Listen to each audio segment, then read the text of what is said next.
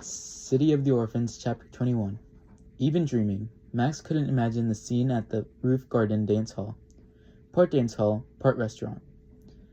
It's atop the American Theater on 42nd Street, which is farther uptown than Max has ever gone. The place is crowded. From the stage, a banjo twangs, "Oh, Dem Golden Slippers," a new, hot tune. A few couples dance the two-step on the polished floor, gliding past the iron arches holding up a high ceiling. The arches are decked out with electric lights. Lots of whiskered men in dark suits sporting derbies or fedoras on their heads. Women in long dresses with high collars and feathered, flowery, wide-brimmed hats. The air is blue-gray with cigar smoke. Not many women are smoking, not considered decent. Most of the people are just sitting at the 100 small tables on the dance floor, eating, talking, looking around, ignoring the clatter, the music, and the people. There's a man sitting alone in a far corner finishing his dinner of steak and potatoes. He's wearing a new black suit. He's smooth-shaven, and his hair is slicked back, not interested in crowd or, for that matter, his dinner. From time to time, he picks up a cigar from an ashtray, takes a puff, blows smoke up. Nothing on his face shows what he's thinking, though now and again he pats his left jacket pocket, feeling for what's there, a Colt pistol. From his right-hand pocket, he plucks up a gold watch at Breguet, the hours marked by Roman numerals. He checks, shakes his head in order to be kept waiting. He puts the watch away and in its place takes out a photograph, glued to a card. It's a photograph of a face. Bruno's face. A barefoot newsie approaches the table. "Paper, mister?" The man makes a dismissive gesture. Angry Bruno or yells backs up off, rubs his only to squinty eye, bump into adjusts his derby. someone. "What He you doing looks with that up, picture?" he demands. sees who "I'd it like to make is, sure I have it. scrambles away. Photo to his The man pocket, looks up. because I may need to use it if Bruno, necessary." he Bruno says, sits there, fuming. "You're late. Had some business." Bruno is staring at the photograph in the man's hand. "Sit down," says the man. "He's forced me to have my picture taken," he blurts out. "Stole my face." "Now, Bruno," says the man, "it was you who tried to hold me up and steal my money. It was my revolver." The man pats his pocket. "That kept you from stealing it, correct?" Bruno just glowers. The man goes on. "Just know that the police are looking for a criminal responsible for a whole series of holdups. All I need to do is give them this photo, and they'll use it to identify you. And when they do, you'll be arrested. And don't need to go telling me all the stuff again," grumbles Bruno. "It's blackmail, that's all. Perhaps. Do as I tell you and you'll avoid working the stone quarry in Sing Sing prison for 10 years. "I can leave town." The man smiles. "Bruno, there are police everywhere, and they cooperate. I can make copies of the photos, send them everywhere. Send them anywhere you might go." Bruno says nothing, but the muscles on the side of his face tighten. The man leans forward. "That a welt on your cheek? Looks like you walked into a wall," Bruno mutters. "Something like." "Anyone I know?" says the man. Only if you knows a lot of walls." "My dear Bruno, do what I ask and you won't have to see the walls that should worry you the most. Prison walls. If not, just don't go thinking you're better than me," says Bruno. "But I am better," the man throws back. "Smarter, too. And I have powerful friends." "Who's your boss? Tammany Democrat? Republicans?" "You don't need to know." "A swell mobsman. That's all you are," Bruno says, with a sneer. "Where do yous come from?" "I was born here." "Yeah, but all yous got is a pistol, and connection." The man nods. "And a photo of you." Bruno, feeling hatred, clenches his fist. "I don't care if you like me or not," the man says. "Just keep doing what I've told you to do. And if you don't..." He spreads his jacket, revealing the pistol.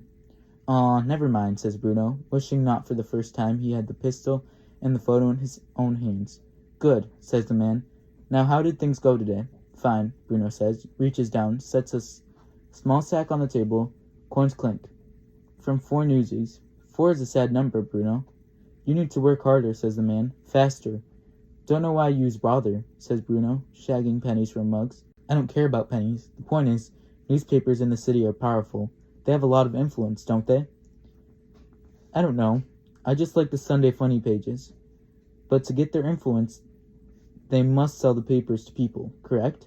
Suppose." "How do they sell them?" "Newsies. Hundreds of them." "So what?" "Bruno, for once, think." says the man. If someone could control the newsboys, keep them from buying and selling papers, that person would control that newspaper. What you're always saying. People, you don't seem to grasp it. Because you don't seem to grasp it. That boss of mine, the man I work for, wants to control the world, and what it says about him, it's as simple as that. So Bruno, we start by controlling these boys. I've made sure the police won't interfere. Just harass those boys. Hound them. Make them fear you. Don't let them slip from your grasp. They never does, says Bruno, grinning. Except when you run into walls, says the man. Never mind. Keep the pennies. I don't need them. He stands up. It's late. I must go home. Bruno squints at the man. How come yous never tell me where yous live? Because you and I live in different worlds, says the man. We have no trouble meeting, do we? Fine. I'll see you tomorrow. Here. Max, make sure you're on time. 10 o'clock. Hey, says Bruno. If yous don't like me, how come you want me to do your work? The man leans over Bruno and grasps his shoulder hard.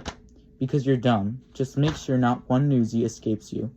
He says, not one. Remember, you answer to this. He pats the pocket where he keeps his pistol, releasing Bruno's shoulder. The man snaps the welt mark on the young man's face. Bruno, wincing with pain, turns away. The man plucks up with the still-burning cigar from the table and offers it to Bruno.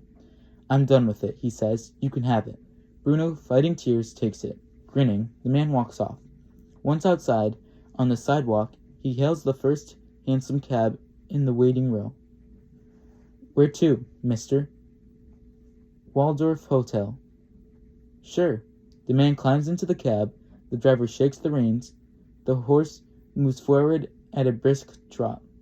Bruno, on the curb, watches from a distance. Someday, he thinks, I'm gonna fix that mug for good. I swears I will. City of the Orphans, Chapter 22. Okay, now it's the next day, Tuesday, 6 o'clock in the morning. In the flat of Birmingham Street, it's mostly dark. Mama, her breath misty in the cold air, is up first. She lights up the kitchen with a lamp, starts the coal stove by shaking down old ashes, using matches, twists of paper, and wood scraps. She gets the coal burning, finding wood bits on the streets. That's one of Eric's and Riker's jobs. Since Willa and Max are sleeping in the kitchen, they get up too. Right off, Max sneaks into the front room to see if Bruno is on the street. He's not, which makes Max feel a whole lot better. He comes back, grabs the pot of cold, gray ashes and the 2 water buckets from under the sink. As he does, he looks at Mama. Her long hair, yellow and gray, hangs down her back. Her eyes are dark, deep, and sad. Max guesses she didn't sleep too much with so much worry.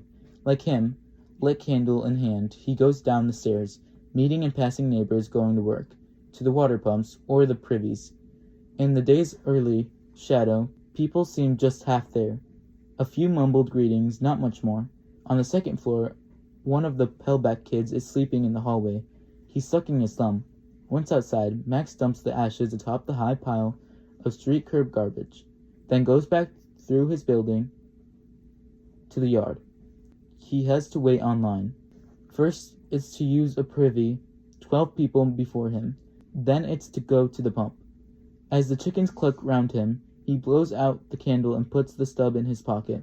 Shivering, Max gazes at the patch of graying sky above and notices it's the same color as ashes.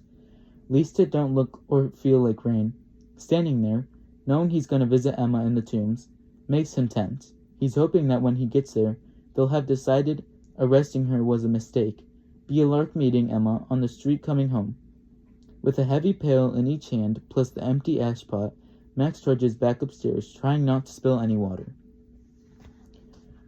The Pelbeck kid is still sleeping in the hall. On the 3rd floor, Miss Tinglis is quiet. On the 4th floor, Brzezinski family is already making brooms, trying to get their mother from Poland. Max leaves the buckets in the kitchen, takes up the tin milk can, and rushes out round the corner to the tiny, crowded grocery store that belongs to Miss Vograd. Max can never figure out how so many things can fit in such a small space. As Max dips his pan into the milk barrel, Miss Vograd makes a mark in her ledger and calls, "A good morning to your mother. Be so good. Thank you."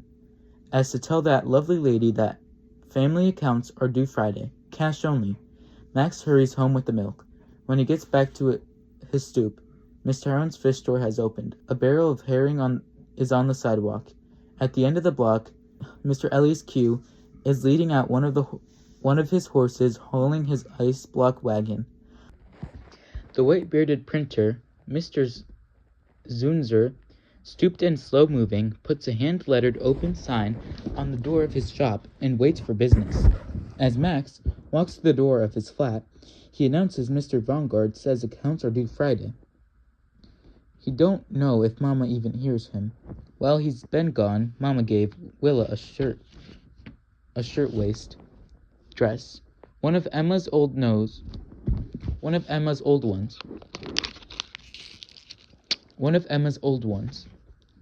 It's short for Willa, makes her seem taller, but it's a lot cleaner than what she was wearing. Mama gave Willa shoes, too. If there's one thing the family has, 'cause of where Papa and Agnes work, it's shoes. Usually they have something wrong with them, cut or badly sewn, or they wouldn't get 'em. But they are shoes. When Willa sees Max, she says, "Do I look better?" She offers a small, shy smile. Max hasn't seen one of them from her before. He says, "Like Queen Lucy." "Who's that?" Max points to the picture on the wall. "The Queen of Denmark." Even Mama smiles. Papa comes out of the back room. He's looking no better than Mama, maybe worse. His face pale, full of worry lines.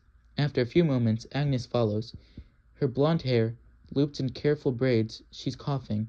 The rims of her eyes are red. Willa watches her intently. Papa and Agnes are dressed for work. Papa in boots, trousers, cotton shirt, canvas jacket,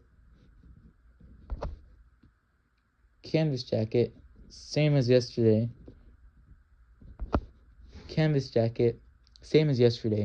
He needs to shave, but he only does that on Sundays.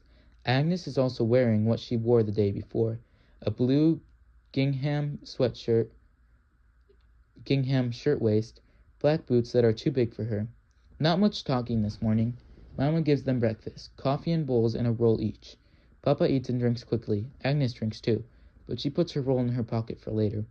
Mama hands Papa his lunch pail. "Just bread?" she says. "I'm sending the meat to Emma." "That's good," says Papa. Max understands. "Come to the factory right after you see her." "I know." And in case they don't know arresting her was a mistake, he adds, fusing with his mustache, I'll ask about a lawyer. Make sure you tell Emma we're doing everything to help." Max is thinking they're not doing much, but he don't say it. Papa bends over Mama and says something in Danish into her ear. Not something he often does. Mama hugs him back, eyes full of tears. Agnes looks over at Max. He knows what she's telling him. She knows what he's telling him. That while he's with Emma, she'll be trying to find a lawyer. Just as they're leaving, Manzoor Zulat comes from the front room. He's dressed for work in his suit, overcoat, and tie. The whole family thinks he times his coming to get a glimpse of Agnes.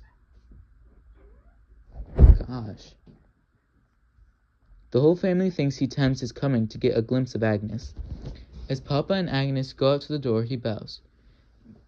Max sees Agnes start a forced smile at Zulat over her shoulder. Mama gives Zulat his breakfast, also coffee and a roll. He bows to her, saying, "As always, merci, Madame Gillis. I wish you an excellent day." He goes off. That's when Max routs out his brothers and makes sure they're dressed right. Mama scrubs their faces with the cloth, regular baths or Saturday nights, and sends them to the privies. When they get back, she gives each of them milk with coffee and a roll. Offers the same to Willa and Max. He's supposed to take the boys to school, Max tells Willa. "I'm supposed to take the boys to school," Max tells Willa. "I'll go with you, if you want," she says, not comfortable under Mama's gaze. But all Mama says is, "Max, when you see Emma, tell her Papa said. Tell her what Papa said. We're doing everything to help. Give her lots of love. After seeing her, go right to Papa. Then come home so I know everything too. She gives the young boys a kiss on their foreheads, tells them to be good, to mind their teachers, to learn a lot. They hug her. To Mama, Willa says, "Thank you for letting me stay, and for the food, dress, and shoes." Mama seems about to speak, but all she says is, "You're most welcome." "Max," says his mother, "here's food for Emma." A sausage and a roll wrapped in a piece of paper. The three brothers head out the door with Willa, who has her stick in hand. Max is wearing his jacket and cap. Just as he's leaving, Mama suddenly calls, "Max." He looks to her. She beckons for him to come back. Max, not knowing what's the matter, does as she asks. "Shut the door," Mama whispers. Hands pressed together, she says, "Should I go with you to the jail?" Max, not wanting to deal with his mother's upset, says, "Nah, bet you anything they already let her out. You'll see. Be all a mistake." Mama's face brightens. "Do you really think so?" "Mama, she didn't steal nothing." No, of course not, but I gotta go," says Max. "Max," he stops. Mama says, I want you to bring that girl, Willa." "Where?" "Here. It's not right for a girl to live on the street alone." "And winter's coming." Surprised, Max says, "You mean live here?" Mama nods. Max says, "Told me she likes living alone." Mama shakes her head. "I won't feel right unless you ask." "You want to tell her? She's your friend." "You sure?" Mama nods. "Okay." Max goes into the hall where the others are waiting. Willa gives him one of her question looks. But Max decides he's got to get the boys to school for telling her what Mama said. He does say, "Bruno's not there." "Who's Bruno?" Jacob says. "No one." "How come you got your stick?" Eric asks Willa. "I'm not going to my home." "You ever coming back?" Riker says. Willa, lips pressed tight, shakes her head. City of the Orphans, Chapter 23. Like most days, people, kids and adults, are swarming the streets, their eyes half shut with sleep. Mostly, they're going to jobs, though a few kids are heading to school. As Max, Willa, and the boys pass through the streets, stores, stalls, and pushcarts are opening for business. Calls are heard. "Hot corn! Here's your hot corn! Mend your pots and pans! Fresh fish!" The knife grinder signs, "Sharpen your scissors and knives! Make them sharp for your wives!" Newsies are on every corner, crying the headlines, "Extra, extra! Awful railroad wreck in Canada! 19 persons killed! Read it in the Times." Sandwich board men have begun to wander, though most can't even read what's written to the other signs. Most can't read what's written on their signs. Boot blacks are lunging shoe boxes as they head up.